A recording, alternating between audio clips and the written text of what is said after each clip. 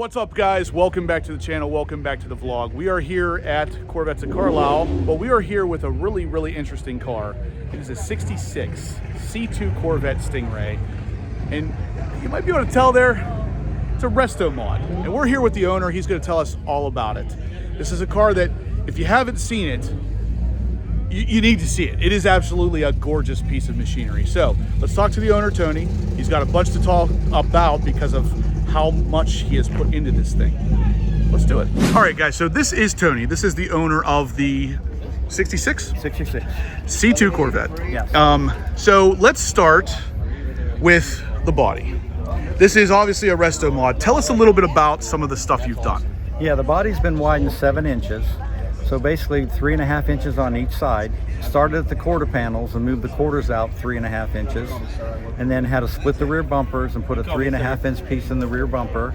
And also the rear valence had to be modified. Then after that was completed, of course, the wide body, the doors went in like this. So the doors had to have a lot of major mods. So if I open the door, you'll be able to see how much material had to be added in the door right here to get it to match the quarters. Of course, the door skins were cut in multiple different ways to get it to look like that, so it would match accordingly. Then the front fenders, this part of the fender was cut out and moved out to kind of complement the rear. And I had the brainstorm, but I found the body man in Culpeper, Virginia, who's just fabulous. He's been doing Corvettes for a lot of years. His name is Tom McGuckin. He has a business called TM Restorations. And so I got with Tom, and I could say I was the brainchild, but he was the one that did all the work and did an impeccable job. In fact, Tom spent years getting this body right, and you can see all the gaps are perfect. Everything on both sides is symmetrical, and he just did a fabulous job. So kudos to Tom. Yeah, so he did the paint too? He did the paint. I'll tell you guys, it might be hard to see on camera. It might not be. I'm not sure how this is coming out, but this is nicer than brand new Corvettes that I've seen. The paint on this thing is just impeccable. So when he says that he did a good job, I mean, this is all fiberglassed and then painted. And I mean, look at, you can see there's That thing is clean. it is clean. So you heard him say it. So super clean car. I mean, the body line coming down, I mean, I can't say it enough. It's gorgeous. Because I have this massive Lincolnfelder big block in it, the hood had to be raised to clear the carburetor and the air cleaner.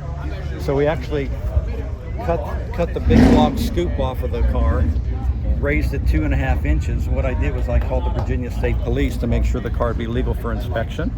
So the hood was raised 2.5 inches and then glassed all the way back in to complement, I said, the motor. These bezels, the factory bezels, were too small. They weren't in proportion with the hood. So what I did was I made a template out of poster board and then did an AutoCAD drawing, a 3-dimensional drawing, basically enlarged the bezels by half and lengthened them, and then sent that off to a master machinist, and he machined them out with the water jet, and then I sent them off and had them chromed. Because my objective was to keep this car all stock appearing with all the factory body lines and all the factory emblems. And this motor is a Lincolnfelder Gen 5 502. It dynoed at 733 horses, but there's been some other mods done to it. Like, for example, the carburetor was sent to the carb shop in California. They basically flow benched it and balanced and blueprinted the carburetor, which gave me about another 30 horsepower out of it. So this is almost 800 horsepower. Almost 800 horsepower. And that's not pro charged or anything? No. Naturally aspirated. Naturally aspirated. Good Lord, that's wow. Yeah. Wow. Man. Of course, I put serpentine setup on it, and it's got air conditioning, vintage air, and I shaved the door handles, put door poppers on it, put power windows in it, some creature comforts and stuff like that. Yeah. And the interior was done by Freddie King of King's Auto Upholstery in Roanoke, Virginia, and we used Corvo seats, yeah. Racing seats. Cut those down, cut the backs, the tops down for the shoulder harnesses, and chose the Java leather for the seats. And I used to be a steel fabricator and a welder in my previous life, so I was able to make the dash and the radio delete. And keeping this car with its era, I chose to go with the analog gauges. Yeah. So we got autometer analog gauges Look at that. And the interior guy was really cool because I told him I wanted the interior to be timeless. I didn't want it to go out of style. Right. So basically the chevrons on the front fenders, what he did was he tied the red into the door panels, into the seats, and look what he did back here in the coupe. Look at that. Roll bars too. That was obviously added. Yeah, that was added because obviously being a fiberglass body, with this much horsepower and torque, you want to make sure the thing doesn't twist and crack the fiberglass. Right. So obviously just strengthened it a little bit. And the guy that did the roll bar and did the Morrison the suspension for me won the Riddler Award numerous years ago. And he races, so knowing the IHRA and NHRA regulations, he was able to put this roll bar down a lot lower than normal, but it's legal if I want to race the car, which I never will. Just so it was easier to get in and out. Easier to get in and out of. Yeah. Very nice. So, is this still a 427 then? No, it's a 502. 502. It's a Lincoln Felder 502 Gen 5. But you wanted to keep the stock badges. Yeah, and it was an original 427 car when I bought it. It was Nassau blue with blue interior. Oh, okay. So you painted it. I thought it was red. No, totally changed the color because I like red. Yeah. And then of course with the Java, it's timeless. Yeah. The interior color. Yeah, red and tan goes together really nicely. And the car was put on a rotisserie too, so the whole underneath of the car looks like the top. Nice. It's all I'm surprised you don't have mirrors under there like some when of the show I show guys. it, I do. Yeah, okay. I put it up in the air and mirrors and have mirrors and lights under it and everything like that. Yeah. Cool. But this thing's a monster. Yeah. So we got this is our factory side pipes, or is that, I'm guessing, at aftermarket exhaust? Well, yeah, that's aftermarket, but I wanted to keep the factory side covers. Yeah, those look So good. what we did was Rizzoli, the same guy that did the roll bar that I said mentioned on the Riddler, he custom made me a set of Pro Stock 2.5-inch primary tube headers that go into a 4-inch collector. In order to get them under the side pipe covers, we necked it down to 3.5 inches. Yeah. And then in each side pipe, there's a spiral turbo stainless steel baffle. There's two 18-inch baffles in there to kind of cut the noise down a little bit. Wow. But it's still pretty radical.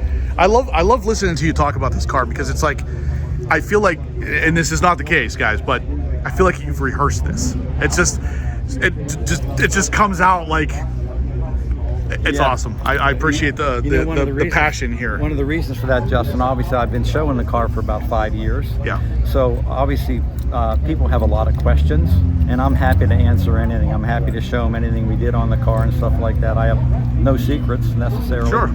So yeah, I mean, of course, when you talk about this all the time, it does kind of come out naturally. Sure. Yeah. Tell me about the wheels. We talked a little bit about how the wheels are kind of a one-off. Yeah. The interesting thing is when I was building this car, obviously to keep it period correct, you know, the classic wheel back in the 60s was a 5-spoke. So, you know, the American racing, the Keystone Classics and all that. But I wanted something that was a little more modern. So I happened to see in Carcraft, I saw Mark Williams' Roadster that had a set of these wheels on it. And all it said was Boyd Coddington wheels. So I called Boyd up and I told him, I said, I saw a set of wheels in a magazine and I'd really like to have for my car. And he said, well, this will date it for you all. He said, fax me a picture. So, fax me a picture. So when's the last time you heard about anybody faxing a picture? Right. So I did. I faxed him a picture, and he called me right back and said, those are magnetos.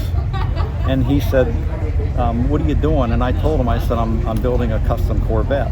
And he said, there's one problem though. He said, that's a one-off custom wheel. I've only made one set of those. Wow, one. And so my reaction was, oh man, I see what I really like and I can't get them. Right. Then he proceeded to say, well, wait a minute, tell me more about the car. So I told him my vision was a wide body mid-year Corvette that looked original, but still had the RestoMod flares to it as far as the design. And then he said, where do you live? I said, I'm in Virginia. He said, well, you know, that's good. Mark's in California. You're in Virginia. He said, what size do you want? I said, I want 17 by 11s for the back and 17 by 9.5s for the front. And he said, well, that's a good thing because we stock the hoops, or the rim as we know it. He calls it the hoop. He said, we stock those up to 17 inches. And he said, Mark will never see you. You'll never see him. So I'll make you a set. So I got real excited. But of course, you know, with that, as some of us may know, a one-off custom wheel, you can get $4,000 or $5,000 a pop, easy, in a custom wheel. So I'm thinking, oh my gosh, my wife is gonna have a problem with this. So I said I got excited, and I'm thinking, oh man, I wonder what this is gonna cost me. Yeah. So he calls me back and said, I got your price. So I'm kind of hanging on to my desk, and he said $700 a wheel, Oh my God. fully polished with the lug nuts. Wow. What Nice. a deal. Yeah, so I obviously said, here's my credit card. I gave him the credit card number. So anyhow, I get a set of these wheels for $700 a piece. Jeez. And because, you know, these mid-year Corvettes, the motor sits off the passenger side a little bit, almost an inch or so. And so as I was putting the car together, the passenger side tire was a little bit closer to the fender than I'd like because of the offset in the drivetrain. So I called his son Chris, who runs the wheel shop, and I asked him if he could change the back spacing on one of my wheels. But I didn't tell him they were magnetos. And he said, yeah, we do it all the time. Send it out here. I'll cut the hoop off and recenter it for you and weld it up and send it back for $250. I said, that's great. So I sent it out. Literally, as soon as he got the wheel, he called me right away. And he said, Tony, you didn't tell me you had magnetos. So I just told him the same story that I shared with you. And he's the one that mentioned to me, I don't know if you know this or not, but there was only 3 sets of those wheels ever made. 3 sets in existence. Wow. He said, I know Mark has a set and you have a set, but I don't know where the 3rd set is. Yeah. So they're really rare. Super rare. Got obviously Willwood brakes, discs all around. So these were probably drums around before, right? Well, Stock. The front were disc. Okay, and the rear was The drum. rear was drums, yeah. So they're not anymore, though. Really nice looking braking system. Of course, you need to be able to stop almost, what, 800 horsepower, you said? Horsepower, yeah. I'm blown away. I thought, I'm over there with my C8 Z06 thinking, this is the most naturally aspirated engine, or the most power naturally aspirated engine has.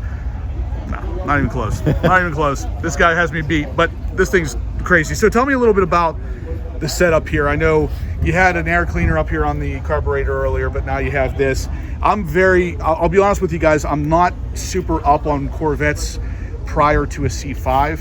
So Tony was nice enough to kind of educate me on some of this stuff, and this looks amazing, like gorgeous, but I don't know exactly what all this stuff is. So let's have him tell us a little bit about that. So basically, as mentioned, I've been showing the car for about 5 years, and one of the gentlemen that ran one of the big Motorama car shows, at one time, my understanding, had the top car in the country for about 3 years, a 57 Bel Air. And he was gracious enough to give me a lot of tips along the way. Like, for example, underneath these grills here where the headlight mechanism, or the wiper mechanisms are, he said, put a panel in there to cover that up, it'll clean it up. So I did it right away. Yep. And then he said about the carburetor, he said, you need some jewelry on it. That's what he said. So I came up with this idea for some velocity stacks, and these are just snooker balls from the game of snooker to just dress it up. And of course, the interesting thing is that when I'd go back to a show and he was there, he would come, you did it, didn't you? I said, yeah, I'm taking your advice. And obviously it's helped with that. These are custom valve covers. They're one-off. They're actually valve covers off of a big block boat. Oh, wow. The roller rocker's clear. And the reason I chose these is because you see they're on a slant. Yeah. That way I can get to the polished cylinder heads when I detail the engine out. Nice. And I sent them to a guy in Arkansas who's the only one in the country that has licensing by the big 3, Chevrolet, Ford, and Dodge, to use their emblems and engrave their emblems. So I had him engrave the 66 cross flags and the script on the valve covers. And of course he's got a serpentine set up, fully polished. So I'm guessing you can't start this with those in place? No. Okay. It's just jewelry. Yeah. When you go to start it, do you have to take it off completely and put the filter back on, or can you run it with just the stacks? I can run it with just. Okay. I can run it with just the carburetor. Okay. Of course, when I run it on the street, I have the filter on. Yeah. But this is just primarily for show. Okay. Yeah. All right, so let's. Can you start it for us? Absolutely, I can start. Just got to take off the jewelry. I know if you guys are like me, and I know a lot of you out there have seen this stuff before, but I don't want to say young, but I'm young enough that I don't have a lot of experience with carburetors. I know a lot of you guys probably do, but it's definitely different for me to see a carburetor. So is it super duper duper loud? It's super duper duper loud. All right. I'll stand back a little bit here then.